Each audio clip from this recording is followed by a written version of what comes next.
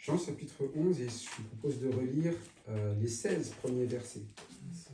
16 premiers versets, 11, du premier verset donc jusqu'au verset 16.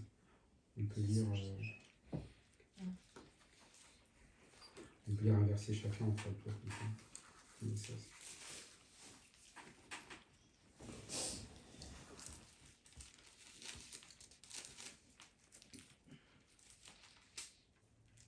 Je commence.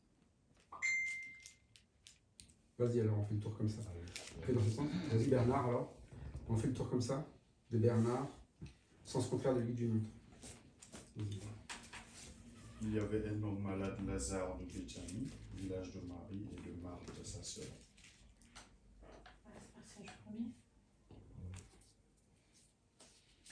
C'était cette Marie qui oignit de parfum le Seigneur et qui lui essuya les pieds avec ses cheveux, et c'était son frère Lazare. Qui était malade. Les sœurs envoyèrent dire à Jésus, Seigneur, voici celui que tu aimes est malade.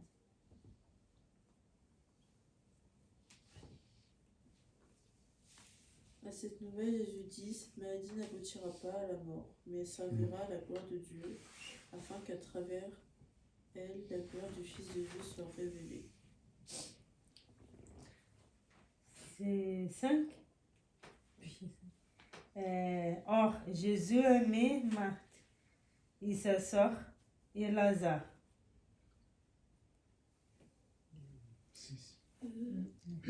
Lors donc il eut appris que Lazare était malade, il reste 2 jours encore dans le lieu où il était, et il dit ensuite aux disciples, retournons en Judée. Les disciples lui dirent, Rabbi, les Juifs tout récemment cherchaient à te lapider, et tu retournes en Judée. Jésus répondit, n'y a-t-il pas 12 heures au jour? Si quelqu'un marche pendant le jour, il ne bronche point, parce qu'il voit la lumière de ce monde.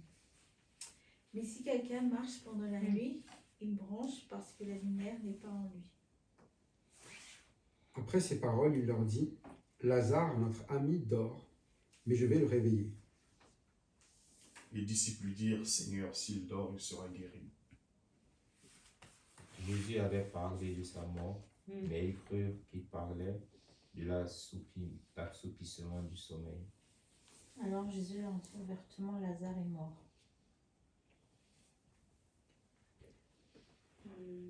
Et à cause de vous, afin que vous croyiez, je me réjouis de ce que je n'étais pas là, mais allons vers lui. Sur quoi Thomas, appelé Didyme, dit aux autres disciples, allons aussi afin de mourir avec lui. Jésus étant arrivé trouva que Lazare était déjà depuis 4 jours dans le sépulcre. C'est pas excellent. Quel vers? C'est le 17. Le 17. Non, Non, ça Non, arrête. c'est non, plus. Et On s'arrête comme au 16. Béthanie Alors. était près de Jérusalem, à 15 stades environ, beaucoup de Juifs étaient venus vers Marthe et Marie pour les consoler de la mort de leur frère. On va surtout s'arrêter du 1 au 16. Ici, on va s'arrêter, déjà un peu comme la dernière fois, sur Jésus qui va faire quelque chose de particulier pour des personnes dont il va citer les noms. Parfois, il se déplace, on entend c'est la fille d'un tel, c'est une Samaritaine, ce sont des personnes, il ne précise pas forcément les noms, mais ici, il précise, il y avait un homme, Lazare, village de Marie et de Marthe, sa sœur. Donc, il y a vraiment des noms qu'il mentionne ici, en application un peu à ce qu'on a vu auparavant, c'est qu'il connaît les brebis par leur nom. Il les connaît. Et sur cette terre, lorsque le Seigneur était là, tous ceux qui étaient sous sa protection, eh bien, il en prend soin. Comme vous avez pu le voir, tous ceux que le Seigneur a rencontrés, eh bien, ils ont quand même mis des choses dans leur vie qui viennent du Seigneur. D'abord, quand il y a eu des malades, tous ceux qui étaient malades ont toujours été guéris parce qu'ils pouvaient le faire. Tous ceux qui étaient là autour de lui ont reçu des enseignements. Tous ceux qui étaient sous sa garde, le berger en a perdu combien? Aucun. Et c'est très important parce que son ministère terrestre, dans son corps d'homme, représente ce ministère qu'il a déjà avec nous spirituellement. C'est-à-dire que, oui, Lazare, là, il est malade. Et bien, quand Lazare est malade, s'il est sous la garde du Seigneur Jésus, il ne restera pas malade.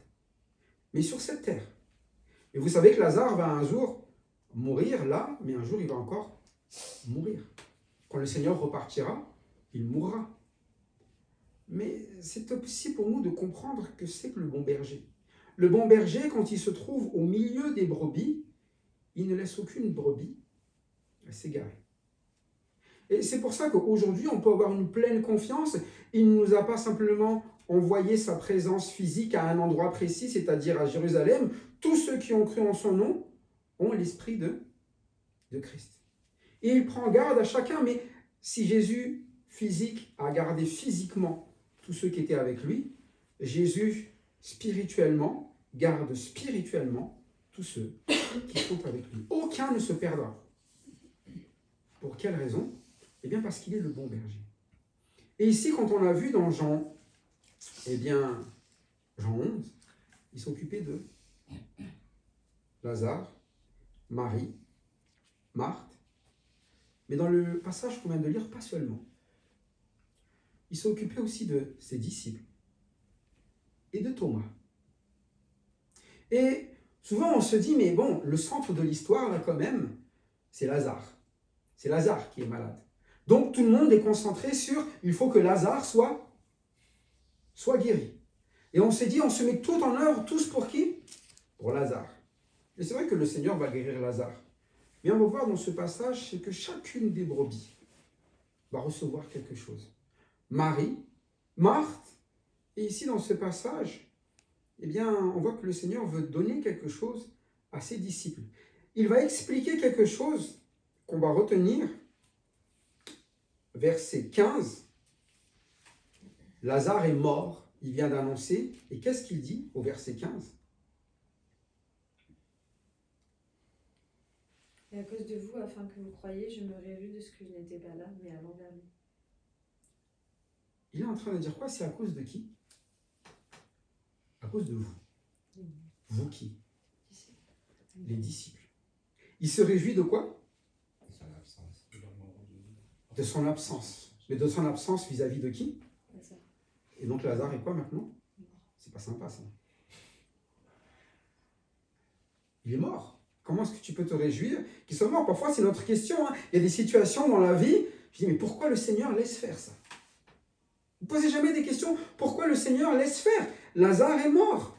Normalement, et c'est ce que vont lui reprocher un petit peu les sœurs plus tard, si tu avais été là, il serait encore en vie. Les deux sœurs, hein, ils ont dit la même chose. Hein. Si tu avais été là, il serait encore en vie. C'est vrai ou c'est pas vrai? C'est vrai.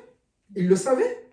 Effectivement, si le Seigneur était là, il serait en vie. Mais est-ce que c'était seulement ça que le Seigneur voulait faire? Parfois, il y a des situations dans notre vie, on aimerait que ça soit... Mais si tu avais fait ça, Seigneur, ça serait arrangé. C'est nous qui aimerions dire à Seigneur ce qu'il aurait dû faire. Mais il explique ici, c'est à cause de vous. Et parfois, dans les situations de notre vie, le Seigneur fait exactement ce qu'il fallait faire pour qu'on apprenne quelque chose. C'est à cause de vous, afin que vous...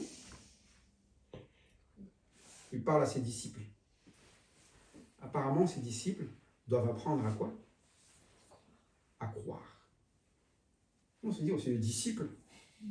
Les disciples, ça croit. Normalement, s'ils sont avec Jésus, c'est qu'ils croient. Jésus, c'est avec qu'ils croient. Ah, quand même, vous vous rappelez de leur question quand Jésus a dit quoi? Bon, allons en Béthanie. Premier réflexe des disciples, c'est quoi? Cherche à te tuer. Hein? Verset 8, un disciple lui dit, retournant en Judée, il a dit Jésus. La première chose que les disciples ont dit, c'est quoi? Tu as raison, amen. Amen, on retourne en Judée. C'est ce qu'ils ont dit? Non. Ils ont dit quoi? Rabbi, maître. Maître, t'as oublié quelque chose, maître. Là, c'est le maître. Mais je pense que les disciples doivent savoir plus de choses que lui, apparemment, puisqu'ils ont quelque chose à dire. Maître quoi?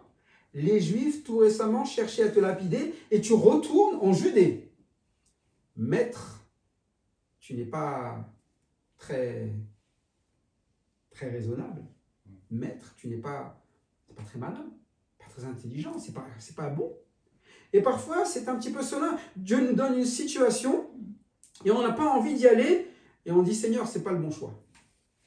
Parce qu'on va voir que ce problème, ce n'était pas la vie du Seigneur. Quand vous regardez à la fin Thomas, il est dégoûté.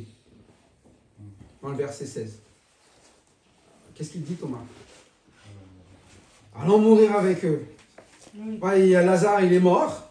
Et nous, on va partir. Et qu'est-ce qui va nous arriver aussi? On va se faire lapider. Et on voit qu'en fait, quand il dit Seigneur, tu ne vas pas te faire lapider, il avait surtout peur pour qui? Pour eux-mêmes. Comme si Jésus n'était pas capable de les garder physiquement. Là où ils allaient. Et parfois, c'est un petit peu cela. C'est pour ça qu'on parle physiquement, spirituellement. Parfois, le Seigneur va nous demander allons dans des situations compliquées. Mais une situation qui est utile, il s'agit de ramener à la vie qui? Lazare. Et un bon berger, il ne laisse pas ses brebis se perdre. Et s'il a une brebis qui est là, il a le pouvoir de le guérir, il le fait, mais il va aller au-delà de ça. Pour ses disciples, j'ai aussi une autre possibilité. Quand vous regardez au verset 11, on va revenir sur le verset 9 et 10, mais au verset 11, il dit, après ces paroles, il leur dit, Lazare, notre ami, dort, je vais aller le réveiller. Jusqu'ici, c'est pas très compliqué. Quelqu'un qui dort, vous savez le réveiller? Oui. Vous allez tous réveiller. Hein? Wake up. C'est pas difficile. Hein? Je vois dormir. Allez, réveille-toi, c'est un peu difficile. Je secoue un peu plus. S'il est malade, allez, tiens, prends un petit peu ceci, un petit peu cela. Et c'est reparti. Donc, quand il dit cela, les disciples lui disent, Seigneur, s'il dort, il sera. Quelle foi incroyable, non? Quelle foi! Jésus est capable de faire quelque chose qu'il fait déjà d'habitude. Jésus, il va être un peu plus direct. Jésus ne parlait pas de dormir simplement. Il parlait de quoi? Mort. Donc, quand il a vraiment voulu expliquer, non, il dit, alors Jésus dit ouvertement, Lazare est mort. On n'a jamais vu ça. Un mort trouver une solution pour le ramener à la vie. Parfois, on a des problèmes comme ça. Ce qu'on appelle, ce que j'avais dit, des problèmes impossibles. Jamais un mort, tu ne trouves une solution pour lui. Quand il est mort, c'est fini. Hein? C'est la vie normale, non? Quand c'est la mort, c'est la fin. Mais on se rappelle quand même que Jésus, il a rappelé qui il était. Je suis le pain de vie. Et tant qu'il est là, il est capable de donner ce qu'il est capable de faire. C'est ce qu'il va expliquer à Marc plus tard. Il a dit, je suis la résurrection et la vie. Il explique, hein. Et la foi de Marthe, comme la foi de Timon, comme la foi de Thomas, comme la foi de chacun, elle se dit toujours, oui, tu as dit ça, tu as promis ça, mais ça sera pour plus tard. Ça sera pour... c'est pas maintenant. Mais ici, il va expliquer, si quelqu'un est en train de dire ici qu'il est en train de s'assoupir seulement, Jésus va dire, il est mort, mais il est mort pour une raison, afin que vous croyez. Et vous allez vivre des situations qui sont très difficiles dans votre vie, des situations impossibles. Mais ce sont dans ces situations-là qui vous apprennent à quoi? À croire. Parce que s'il s'agit juste de réveiller quelqu'un qui dort, c'est à la portée de qui? De tout le monde. Et parfois, le Seigneur va vous faire comprendre, oui, dans votre vie, il n'y avait pas de solution. Vous n'avez pas de solution. Mais ça ne veut pas dire que le Seigneur n'en a pas. Et parfois, on doit apprendre cela. C'est pour ça qu'il dit, afin que vous croyiez, parce que souvent, on ne croit pas. On voit le problème, Lazare est mort. Quelle est la solution? Il n'y en a pas. Et ça, c'est notre regard. On ne veut pas aller quelque part, on ne veut pas faire quelque chose parce que c'est mort. Et c'est pour ça que Jésus, dans notre vie, il fait, en tant que berger, toutes des situations pour nous apprendre à quoi? À compter sur qui? Sur lui. Tout comme les sœurs avaient envoyé des personnes chercher Jésus, allez chercher Jésus, je suis sûr qu'il va pouvoir quoi? Le guérir. Parfois, il va aller plus loin. Je sais que vous savez que Jésus peut guérir. Combien de personnes est-ce qu'il a guéri depuis? Beaucoup. Beaucoup. Donc c'est facile. Mais dans les situations nouvelles, eh bien souvent on est dans le doute. Et on se dit, mais qu'est-ce que Jésus peut faire? Là, je suis désolé, mais il est mort. Et quand il dit cela, et quand Jésus dit, je me réjouis, il ne se réjouit pas de sa mort, il se réjouit de ce que les disciples vont pouvoir apprendre à compter encore plus sur lui. Parce que quand on regarde Thomas, il reflète la vie des disciples. Thomas, appelé Didyme, dit aux autres disciples, ça veut dire qu'il ne s'adresse même pas à Jésus, il s'adresse aux autres disciples. Et il est en mode quoi? Bon, on y va, hein, mais... Qu'est-ce qui est sûr d'avance, si on y va? Oh, c'est la défaite. Hein. Thomas croit en la défaite. Or, Jésus va l'apprendre à croire en la victoire. Mais l'avantage, c'est que ce sont les disciples. Donc les disciples, ils font quoi? Ils suivent. Ils sont quand même obéissants, ils disent allons-y. Malgré la situation qui va se passer. Et c'est à nous aussi de savoir que parfois, il y a des choses qu'on n'a pas envie de faire. Il faut le dire. On n'a pas envie. Parfois, on se dit, franchement, pourquoi tu m'embarques là-dedans? Mais si tu le dis, on y va alors. Et c'est déjà mieux que de dire, moi, hors de question que j'y aille. Et c'est le principe d'un disciple. Un disciple, il apprend. Mais pour apprendre, il faut qu'il suive. Mais s'il n'avait pas suivi, qu'est-ce qu'il aurait vu, Thomas? Rien. Il serait resté sur le même avis. Jésus n'est pas capable de sortir Lazare de cette situation. Et c'est pour ça que quand vous regardez chacune de vos vies, il n'existe personne qui soit un enfant de Dieu, qui ne se trouve pas dans une solution où parfois on dit c'est pas possible. C'est normal. Ne regardez pas ça comme étant « pourquoi moi ?» Il n'y a pas de « pourquoi moi ?»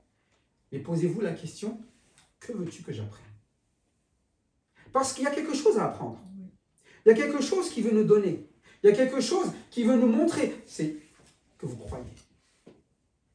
Mais combien de fois est-ce qu'on a dit « c'est pas possible » et combien de fois le Seigneur nous a sortis de situations impossibles.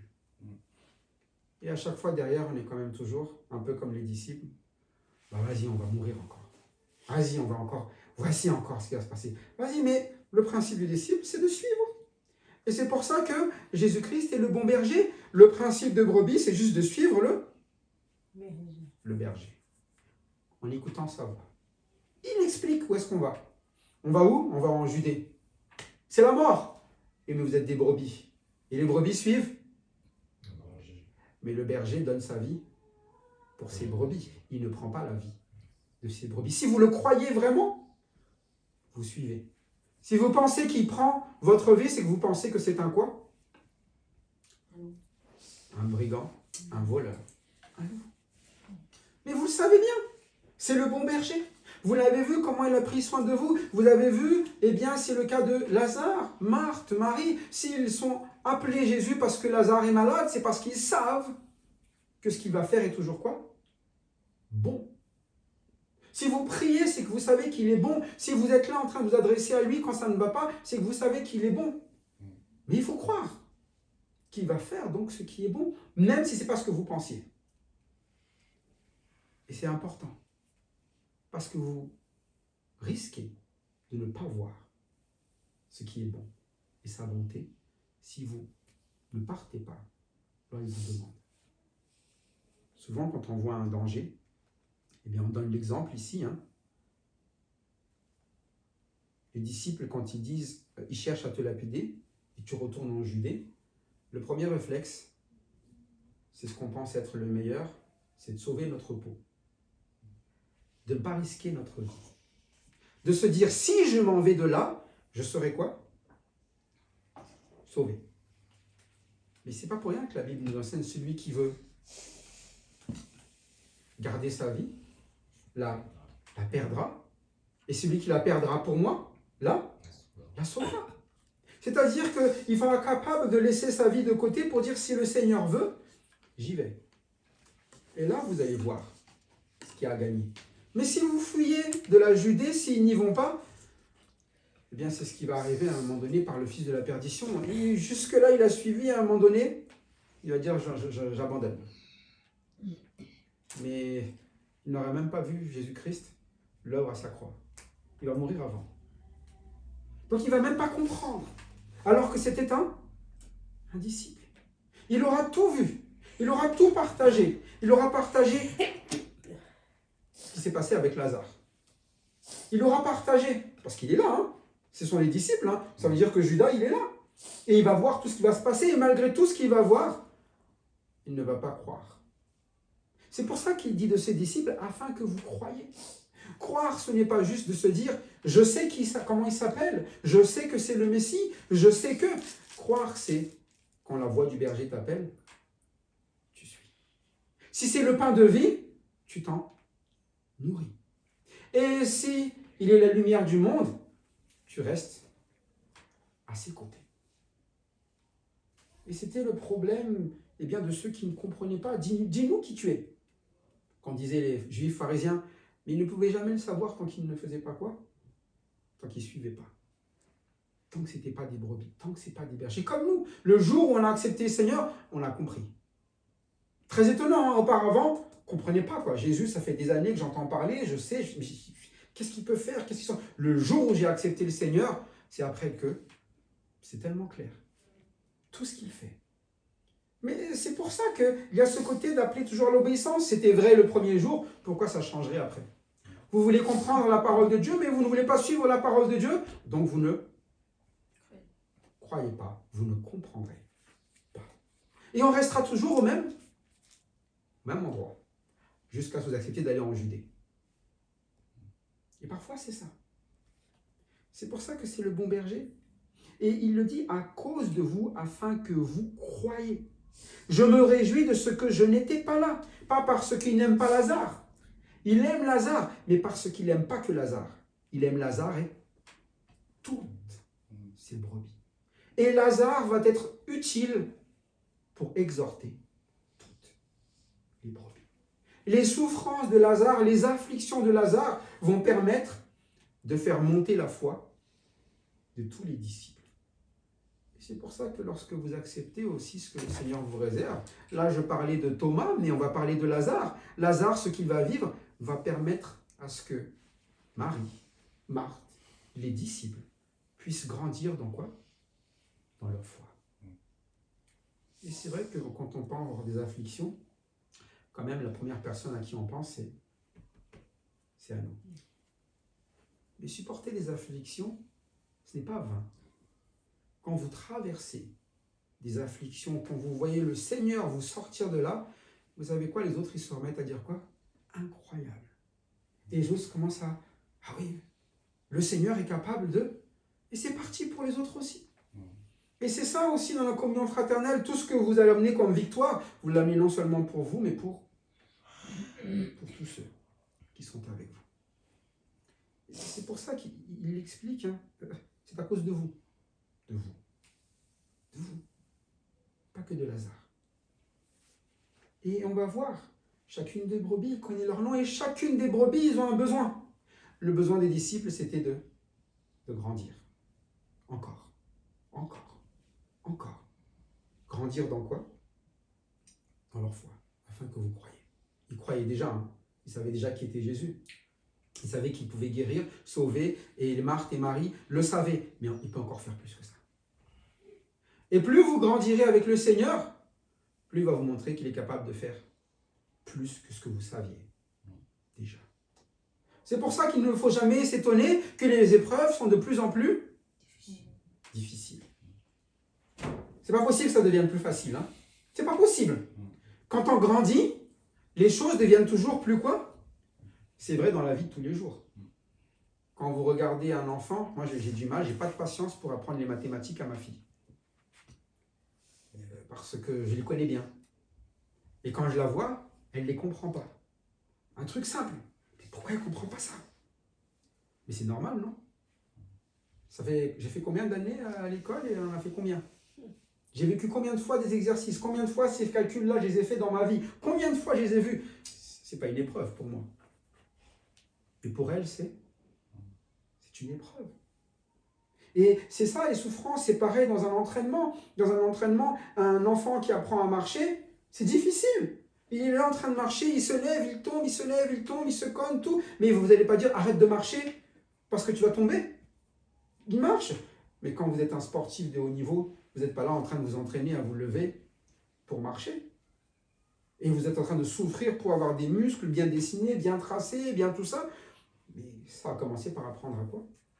À marcher. Et si on est en train d'apprendre à marcher à quelqu'un qui est un athlète, c'est qu'il avait un problème physique alors. Il y a quelque chose qui ne va pas. Parce qu'il était malade, peut-être, j'en sais rien, mais en temps normal, non. De la même manière, Lazare, s'il meurt, c'est aussi parce que c'est une brebis qui est proche du Seigneur. Et il va lui apprendre, à Lazare aussi, que quoi qu'il lui advienne, le Seigneur est toujours capable de quoi? De l'en sortir. Tout le monde va vivre quelque chose ici.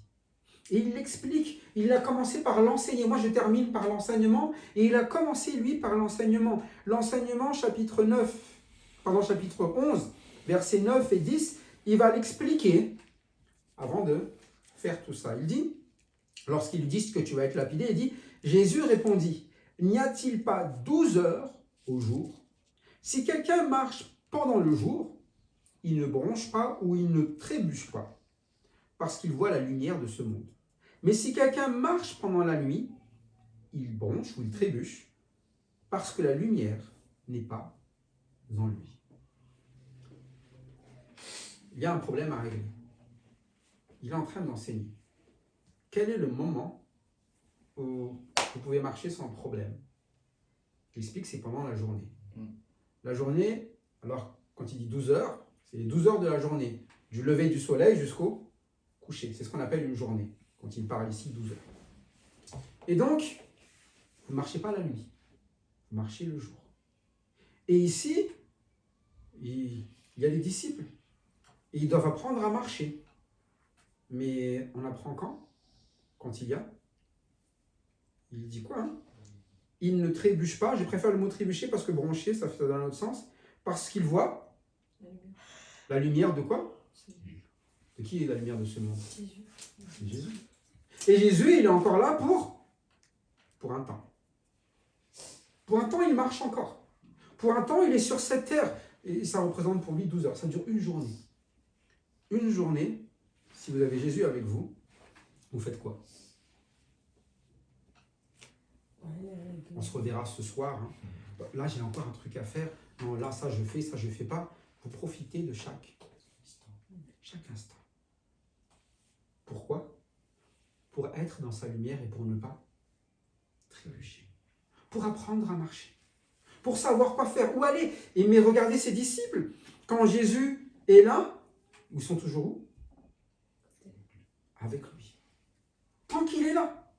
Mais c'est pour ça qu'il dit ça va durer une journée. Il va venir un moment où c'est la fin. Mais il faut l'accompagner de quelle heure à quelle heure? Il y a dit quoi? Combien d'heures dans la journée? 12. Donc il faut rester combien de temps? 12. Du début jusqu'à... Et il y aura une fin. Quand il sera donné à la croix, et ça va être l'heure de la nuit. Et pour nous, dans notre vie, eh bien, il y a un début, une fin, et c'est notre vie. Ici.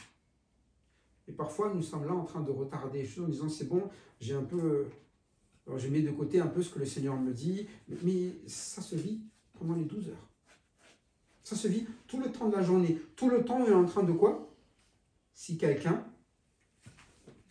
Qu'est-ce qu'il fait, la personne?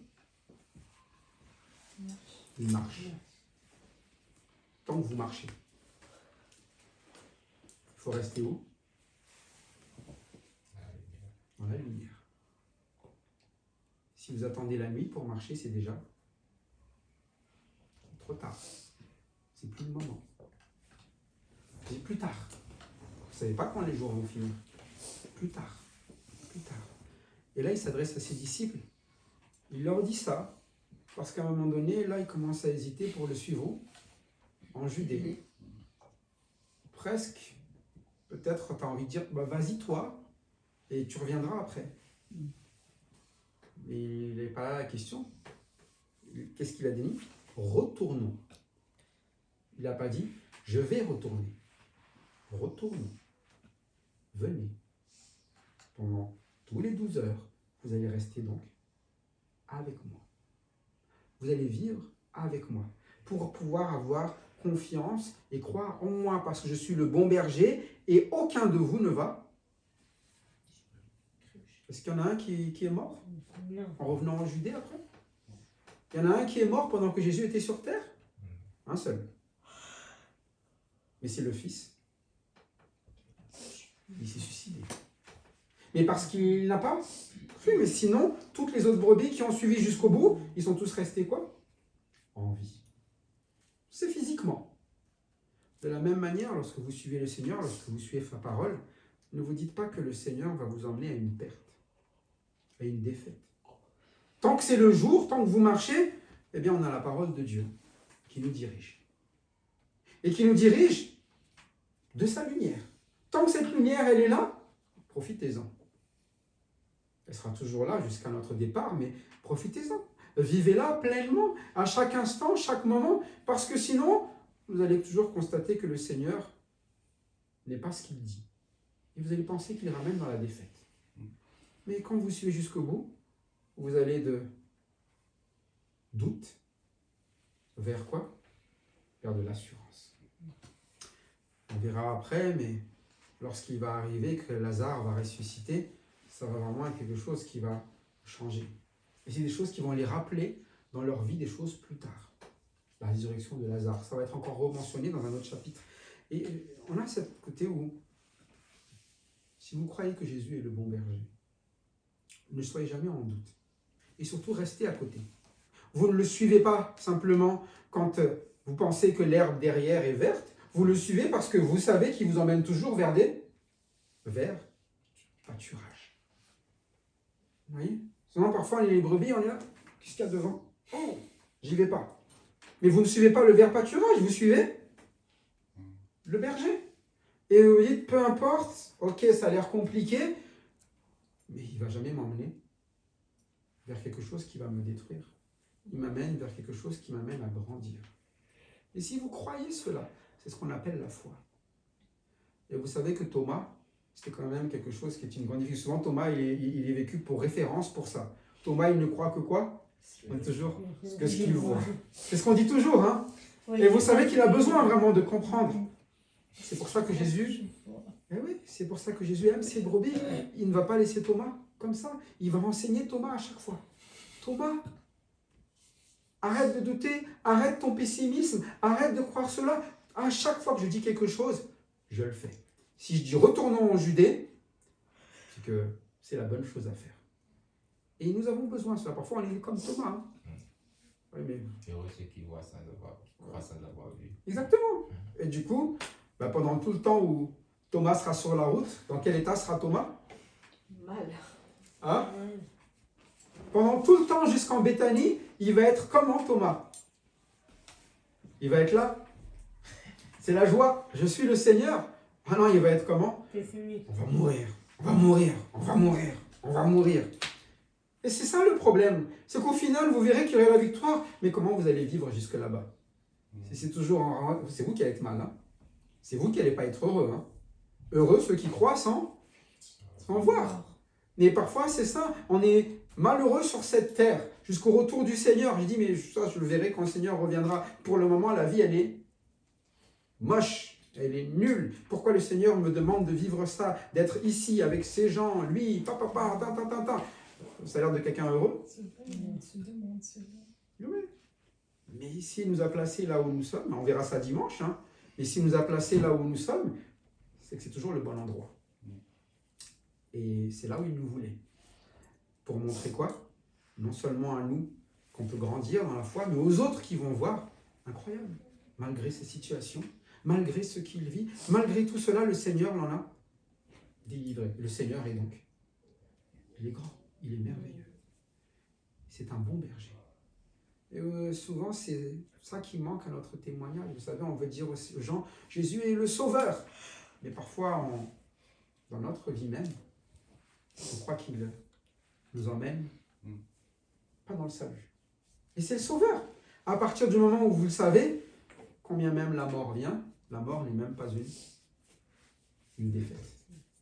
Et c'est ça notre assurance. Et c'est ça notre joie. C'est pour ça qu'on peut dire heureux celui qui croit sans avoir vu. Comme tu as dit, heureux. Parce qu'on sait déjà qu'est-ce qui va nous arriver. Et on sait déjà pourquoi on est là. Mais c'est pour ça qu'il nous le rappelle. Et nous avons besoin qu'on nous le rappelle. Tous.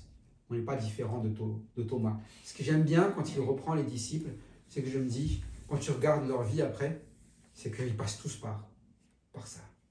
Ça veut dire que l'important, c'est d'être une brebis qui suit. Et après, on grandit.